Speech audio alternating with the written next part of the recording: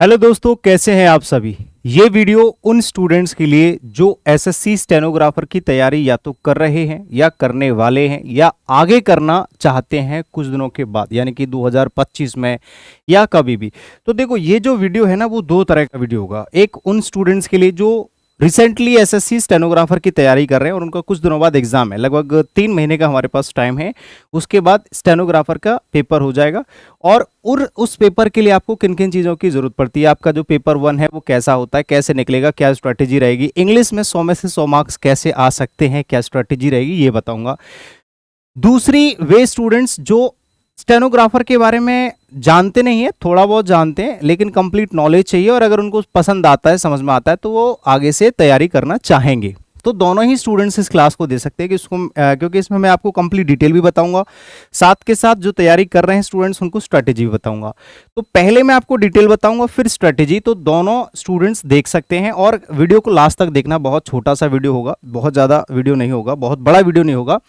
और ये नई जो वैकेंसीज आई हैं, नोटिफिकेशन आ गया है, चाहो तो फॉर्म भर सकते हैं, ठीक है। और सबसे ज़्यादा वैकेंसीज हैं पिछले 5 साल में, इस बार 2000 से भी ज़्यादा वैकेंसीज हैं, 2000 लगभग मान के चलो, ठीक है। तो एक अच्छी अपॉर्चुनिटी है, कंपटीशन कम है स्टेनोग्राफर में, और कम मेहनत में आप जो है अच्छी जॉब ले सकते हैं। ग्रेड सी और ग्रेड डी की जॉब इसमें होती हैं, सारी डिटेल बता दूंगा मैं आपको, ठीक है। सबसे पहले तो देखो, बाद में जब आपको चीज़ें पसंद आती हैं तो आप कॉन्टैक्ट नंबर ढूंढ रहे होते हो कि सर से कॉन्टैक्ट कैसे करें। तो सबसे पहले तो आप मेरा नंबर सेव करो। ये मेरा नंबर है और ये मेरा नंबर, दोनों नंबर मेरे पास रहते हैं। आप कभी भी मुझे कॉल मैसेज करके कोई भी जानकारी ले सकते हैं। ओपन स्टडी एप्लीकेशन है, openstudyApp.com वेबसाइट है, ओपन स्टडी गुरुकुल हमारा टेलीग्राम चैनल है, ठीक है, किसी तरह की इंक्वायरी के लिए। तो ये नॉलेज के लिए आप लोगों के पास है कॉन्टैक्ट नंबर। अब मैं आपको डिटेल बता देता हूं। सबसे पहले हम बात करते हैं कि एक्चुअली एसएससी स्टेनोग्राफर होता क्या है, क्या क्वालिफिकेशन होती है। सबसे पहले तो देखो, जरूरत नहीं है कि आप जैसे सीजल की तैयारी करते हैं तो हमें ग्रेजुएशन होना कंपलसरी है, लेकिन यहाँ पे आपकी ग्रेजुएशन जरूरी नहीं है। आप 10+2 से फॉर्म भर सकते हैं ग्रेड सी की जॉब लेने के लिए, इतनी अच्छी अपॉर्चुनिटी है, ठीक है। सेंट्रल गवर्नमेंट की जॉब 10+2 के बाद आप भर सकते हैं, ठीक है। मात्र 12th पास आउट बच्चे यहाँ पे अप्लाई कर सकते हैं, ठीक है। दूसरी चीज कि सर एज कितनी होनी चाहिए, एज लिमिट क्या होती है। तो देखो, अगर आप ग्रेड सी की तैयारी करना चाहते हैं तो आपकी 18 से 30 होनी चाहिए। ग्रेड डी की तैयारी करना चाहते हैं तो 18 से 27 होनी चाहिए, ठीक है। हाँ, ये आपकी इस डेट से काउंट होगी, क्लियर है। दूसरी चीज, आपको एज रिलैक्सेशन भी मिल जाता है। अगर आप कैटेगरी से SC/ST से हैं तो 5 साल का मिल जाएगा, ओबीसी से हैं तो 3 साल का, जनरल से हैं तो कोई रिलैक्सेशन नहीं मिलेगा। दूसरी चीज, जब आप फॉर्म अप्लाई करते हैं तो आपको फीस देनी होती है 100 रुपया, लेकिन सिर्फ उन स्टूडेंट्स को जो जनरल कैटेगरी में है या ओबीसी में है या ईडब्ल्यूएस, ये भी जनरल वाले होते हैं। अगर आप SC/ST से हैं या फिर फीमेल कैंडिडेट है तो आपको कोई पैसा नहीं देना है फॉर्म भरने का, ठीक है। एग्जाम आपका एसएससी कराता है स्टेनोग्राफर के नाम से।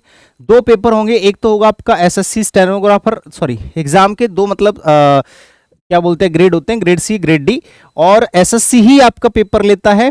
2 पेपर होते हैं, पेपर 1 पेपर 2, दोनों की मैं आपको डिटेल बता दूंगा। टोटल नंबर ऑफ वैकेंसीज हैं, अच्छा नंबर है, याद रखना स्टेनोग्राफर के लिए, क्योंकि यहाँ कंपटीशन कम होता है, स्पेशल स्टूडेंट्स होते हैं, तो 2000 बहुत अच्छा नंबर होता है। इस बार ये मान लो पिछले 5 साल में सबसे ज्यादा वैकेंसीज है, 2006 वैकेंसीज हैं। 2 पेपर होंगे, पेपर 1 सीबीटी होता है, कंप्यूटर बेस्ड टेस्ट, जिसमें 200 नंबर का पेपर आपसे पूछा जाएगा, और दूसरा होता है शॉर्ट हैंड यानी कि स्किल टेस्ट जिसको हम कहते हैं। ये एक स्पेशल पेपर होता है जो कि क्वालिफाइंग इन नेचर होता है, इससे मेरिट बनती है, ये क्वालिफाइंग होता है, ठीक है। आपको बताता हूं कि इसमें क्या क्या और होगा। सबसे पहले हम बात करते हैं, जो भी आपका पेपर 1 होगा, जो सीबीटी होगा, वो आपका बाइलिंगुअल होगा, ठीक है, यानी कि इंग्लिश और हिंदी दोनों मोड में होगा। मल्टीपल चॉइस क्वेश्चंस आपसे पूछे जाते हैं, एमसीक्यूज ऑब्जेक्टिव क्वेश्चंस होते हैं। सीबीटी जो एग्जाम होता है वो 200 क्वेश्चन पूछे जाते हैं और 200 नंबर का वो पेपर होता है आपका, ठीक है। और 1 नंबर का एक क्वेश्चन, अगर आप एक क्वेश्चन गलत करते हैं तो 0.25 यानी कि 1/4 की आपकी नेगेटिव मार्किंग होती है, यानी कि 4 क्वेश्चन गलत करोगे तो 1 नंबर कट जाएगा आपका, ठीक है। 2 घंटे का टोटल हमें टाइम मिलता है 200 क्वेश्चन करने के लिए, ठीक है ना, जिसमें आपके 50 क्वेश्चन होंगे रीजनिंग के, 50 होंगे जीके के, ठीक है, जनरल अवेयरेंस, जिनको बच्चा अच्छे तरीके से कर लेता है। फिर आती है इंग्लिश, जो मैं पढ़ाता हूं आप लोगों को इसी चैनल पे और अपने ओपन स्टडी एप्लीकेशन पे। 100 नंबर की आपकी इंग्लिश पूछी जाती है पेपर 1 में, जो सबसे इंपॉर्टेंट पार्ट होता है। अगर आपको इंग्लिश नहीं आती है, आप स्टेनोग्राफर की तैयारी नहीं कर सकते, यहीं से मेरिट बनती है। मेरिट का सारा खेल इंग्लिश के ऊपर डिपेंडेंट है, ठीक है। 100 नंबर 100 मार्क्स इंग्लिश जो आपकी पूछी जाती है। अगर आपको तैयारी करनी है मेरे टच में जरूर रहिएगा, मैं आपको अच्छे से तैयारी करा दूंगा, ठीक है। 2 घंटे का टाइम इसमें मिलता है, 40 मिनट एक्स्ट्रा उन लोगों को जो डिसेबल्ड होते हैं, ठीक है, ये रिलैक्सेशन वाले स्टूडेंट्स होते हैं। फिर आता है पेपर 2, एसएससी स्टेनोग्राफर टीयर 2 यानी कि पेपर 2 जो स्किल टेस्ट होता है, इसको आप स्टेनोग्राफी टेस्ट भी कह सकते हैं, जो आपको अलग से सीखनी होती है। इसमें मैथ्स नहीं पूछा जाता, ये बहुत अच्छी बात है, और मैथ्स की जगह आपको स्टेनोग्राफी सीखनी होती है, ठीक है। एक शॉर्ट हैंड होती है स्टेनोग्राफी, ये आपको सीखनी पड़ती है। अगर इंग्लिश से अप्लाई करोगे तो इंग्लिश वाली सीखनी पड़ेगी, हिंदी से अप्लाई करोगे तो हिंदी लैंग्वेज की सीखनी पड़ेगी, दोनों में वैकेंसीज होती हैं, ठीक है। ग्रेड सी के लिए यहाँ पे जो है आपका टेस्ट लिया जाता है, स्किल टेस्ट, कि जब आप सीख जाते हैं तो आपका स्पीड टेस्ट होता है कि आपकी स्पीड कितनी है। तो अगर ग्रेड सी के लिए अप्लाई किया है तो आपकी 100 वर्ड्स पर मिनट की स्पीड होनी चाहिए, और अगर ग्रेड डी के अप्लाई किया है तो 80 वर्ड्स पर मिनट होनी चाहिए। 10 मिनट का टाइम मिलेगा, इसमें आपको पहले शॉर्ट हैंड लिखनी होगी, एक आपको डिक्टेशन दी जाएगी, फिर वो लिखनी होगी, उसको टाइप करना होगा। इसमें आपको रिलैक्सेशन मिलता है, कुछ गलतियां अगर आपसे हो जाती हैं तो, लेकिन शॉर्ट हैंड तक आप तब पहुंच पाओगे जब आप पेपर 1 क्वालिफाई कर लोगे, और पेपर 1 तब क्वालिफाई कर पाओगे जब आपकी इंग्लिश अच्छी होगी। और इंग्लिश का जो वेटेज होता है पेपर 1 में मैंने यहाँ पे लिख रखा है, जैसे कि जितने भी चैप्टर्स, जितनी भी चीजें होती हैं, वो सारे के नंबर्स यहाँ पे लिखे हैं, कितने नंबर का क्या पूछा जाता है। डायरेक्ट आपके 10 क्वेश्चन पूछे जाते हैं, स्पॉटिंग एरर के 10 क्वेश्चन पूछे जाते हैं, फिल इन द ब्लैंक के लगभग 10 क्वेश्चन पूछे जाते हैं, एक्टिव वॉइस पैसिव वॉइस के सीधे सीधे 10 क्वेश्चन, पैसिव वॉइस नरेशन के सीधे सीधे 10 क्वेश्चन पूछे जाते हैं, सिनोनिम्स एंटोनिम्स के 5 क्वेश्चन, इडियम्स एंड फ्रेजेस के 5 क्वेश्चन, सेंटेंस रीअरेंजमेंट के 5 क्वेश्चन यानी कि पीक्यूआरएस के, सेंटेंस इंप्रूवमेंट के आपके लगभग 10 क्वेश्चन पूछे जाते हैं, क्लोज टेस्ट के भी आपके लगभग 15 क्वेश्चन पूछे जाते हैं, मतलब 3 सेट पूछे जाते हैं, और रीडिंग कॉम्प्रिहेंशन के भी लगभग 2 या 1 सेट पूछा जाता है, 2 या 3 मान के चलो, ठीक है। छोटे छोटे होंगे तो 3, नहीं तो 2, 15 क्वेश्चन। ये टोटल नंबर ऑफ क्वेश्चंस का वेटेज है, 100 क्वेश्चन 100 नंबर, थोड़ा सा आगे पीछे हो सकता है लेकिन यही वेटेज रहता है। इस पूरे वेटेज में जो सबसे आप ज्यादा देखोगे तो ग्रामर के बेस पे कितने क्वेश्चन है, 1 2 3 4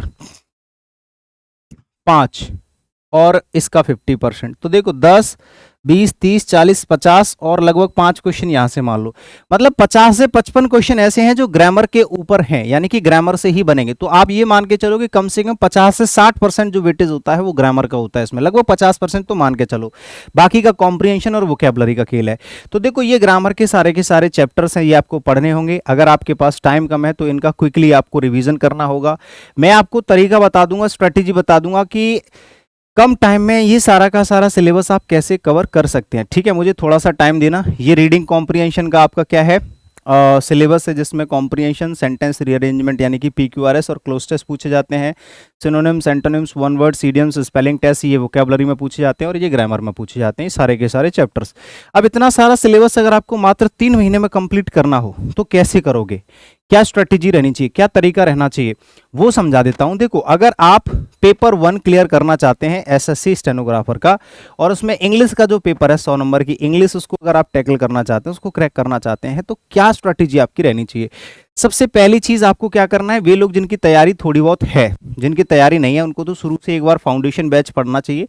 जिनकी थोड़ी बहुत तैयारी है उनको डेली एक सेक्शनल मॉक देना है, यानी कि इंग्लिश का या तो 50 क्वेश्चन का या 100 क्वेश्चन का एक डेली टेस्ट लगाना है, एटलीस्ट 50 क्वेश्चन का तो लगाना ही लगाना है, ठीक है। सीजीएल का लगा दो अगर 50 क्वेश्चन का लगाना है तो, या फिर स्टेनोग्राफर का 100 क्वेश्चन वाला लगा सकते हैं। जो भी आपने ग्रामर पढ़ी है उनके क्लास नोट्स को रिवाइज कर लो क्विकली, अगर आप कर पाते हैं तो, ठीक है।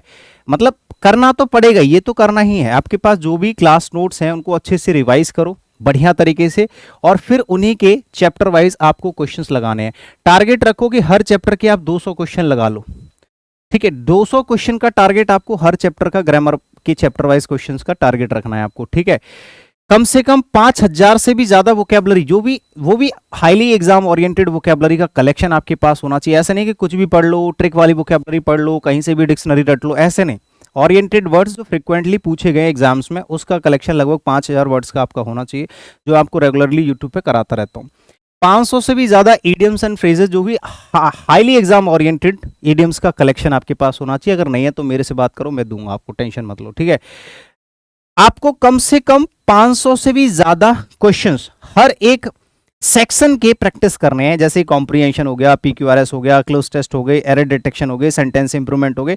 हर चैप्टर का जो हमारे मिसलेनियस क्वेश्चंस होते हैं, हर चैप्टर के कम से कम 500 क्वेश्चन, कम से कम है ये, ज़्यादा तो इससे ज़्यादा तुम जितने कर सकते हो, 1000 1500 जितने भी, मिनिमम 500 क्वेश्चन की प्रैक्टिस का टारगेट आपको रखना है।